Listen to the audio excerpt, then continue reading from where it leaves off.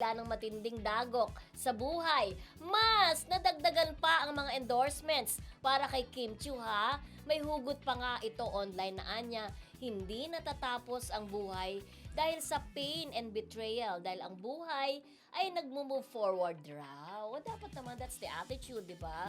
Na no matter how hard it is, always strive to be happy. Oo, Sinasabi kailangan nila, diba? tuloy ang buhay. Yan, Kahit may mga problema, may mga dagok sa buhay, tuloy lang po. Di ba sabi nga tayo, binibigyan naman tayo ng mga challenges sa buhay Pagsubok. ni Lord. Oo, Yan nga yung mga walang pagsubok na hindi mo kaya. Correct. Kaya Katulad si nung Kim. nakita natin sa video na nagsushow siya. So parang wala siyang pinagdadaanan, di ba?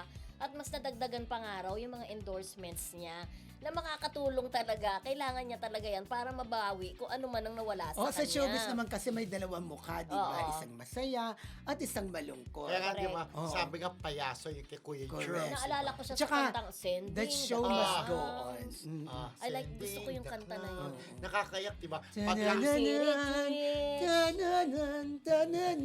dalawang mukha ng showbiz, isang malungkot, isang masaya, pero kala mo, masaya ka talaga yung pala. Ang buhay. Pagka nagsuso ang buhay, whether Alam mo, ang buhay, eh, kung minsan, may umaga, may tanghali, may gabi. alam mo, si Ate Guy, maraming pagkakataon po nagsishow siya sa Superstar.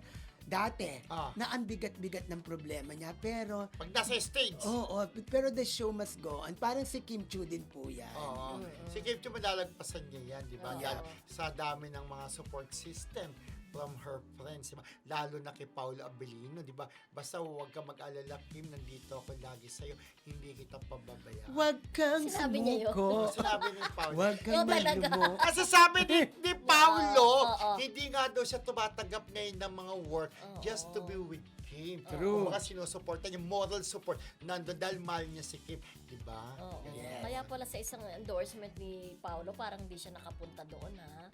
Okay. Okay. Ba yun? Oo. Hindi, meron lang isang event na Nagkataon. nagkataon lang na ine-expect nila si Paolo, pero wala pala doon. Okay!